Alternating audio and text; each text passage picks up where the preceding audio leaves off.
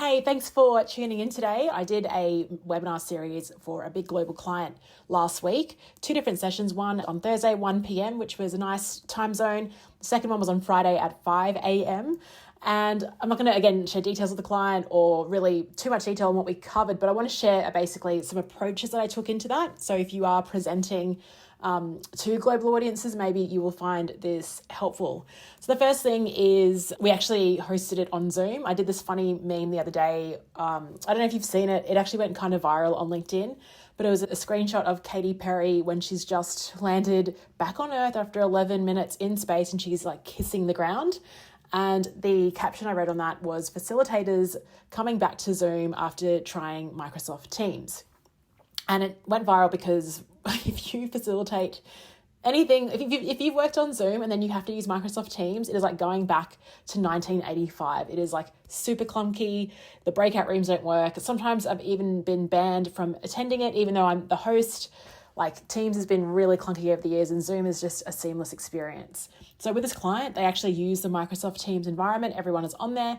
But for this, we said, we're going to use Zoom. We want to make this a great experience. Let's use Zoom for this, even though it's not something that they're used to. So that was the first thing. And the reason that helped was because we had to have translators in on the calls. For Thursday session, we had Mongolia on the call, so the translation for that. Friday morning, it was French Canadian, which was fantastic. So we made it really seamless. What I find is it's really, really helpful to send materials to your translators to give them time to wrap their head around what you're saying. But also, as you listen to this, you probably can hear that I speak quite quickly. I have to slow down when working with global audiences. I had a post-it note on my screen just saying, slow down. The other thing working with translators is I'm the type of person who I will create a workshop or a speech, but then I like to meddle with it, like in the lead up to it. The more time I have, the more kind of meddling I will do with it. But with this, I couldn't really do that because, again, translators were reliant on me. Now, I did this run sheet, and if you've read my book, the 2-hour workshop blueprint, my run sheet, my spark sheet was very similar. Timing, topic, and tools were the 3 columns.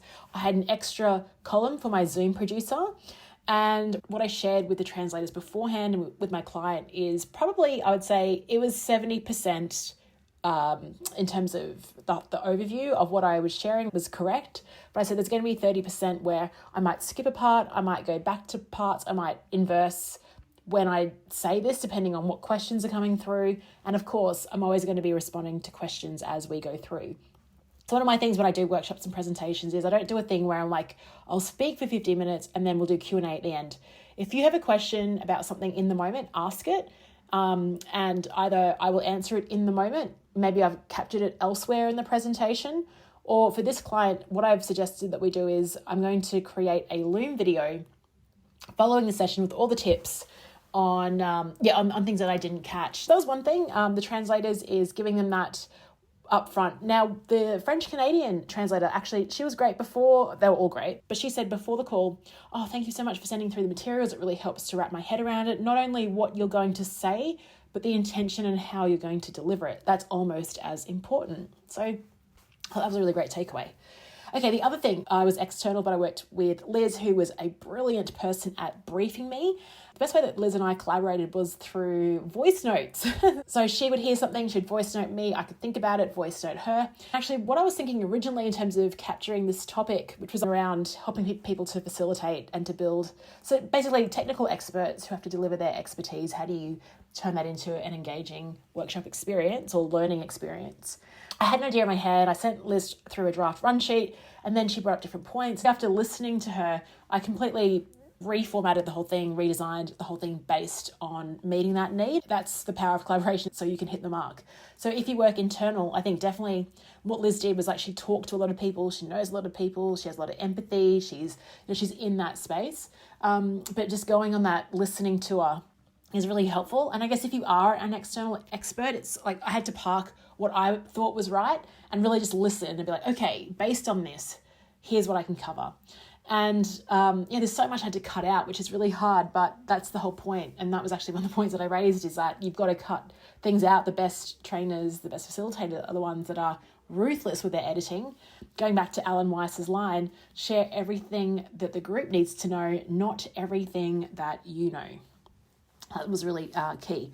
So yeah, I have had a Zoom producer since 2020 when I was running global leadership workshops for this is one of my first big gigs during COVID, was switching a lot of my in-person programs to virtual. And my Zoom producer, Jen, we've been working together for 5 years.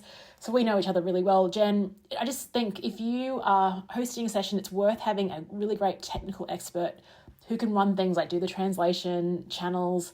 How I like to facilitate sessions is I'll be talking about something and Jan will post, an overview or a question prompt in chat. He'll play music during reflection time. He'll move from speaker to gallery view, which incorporates that contrast. He'll take on the technical questions if people want to message him. Gosh, it makes life so much easier. So that's another thing that I did.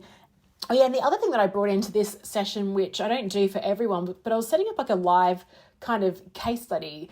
In my book, The 2-Hour Workshop Blueprint, I talk about the deep end start. So it's you throw a case study at people and you get people to think about what they would do. So in this scenario, I was okay, imagine the CEO of your company emails you personally and is I want to attend one of your workshops next week. How do you feel?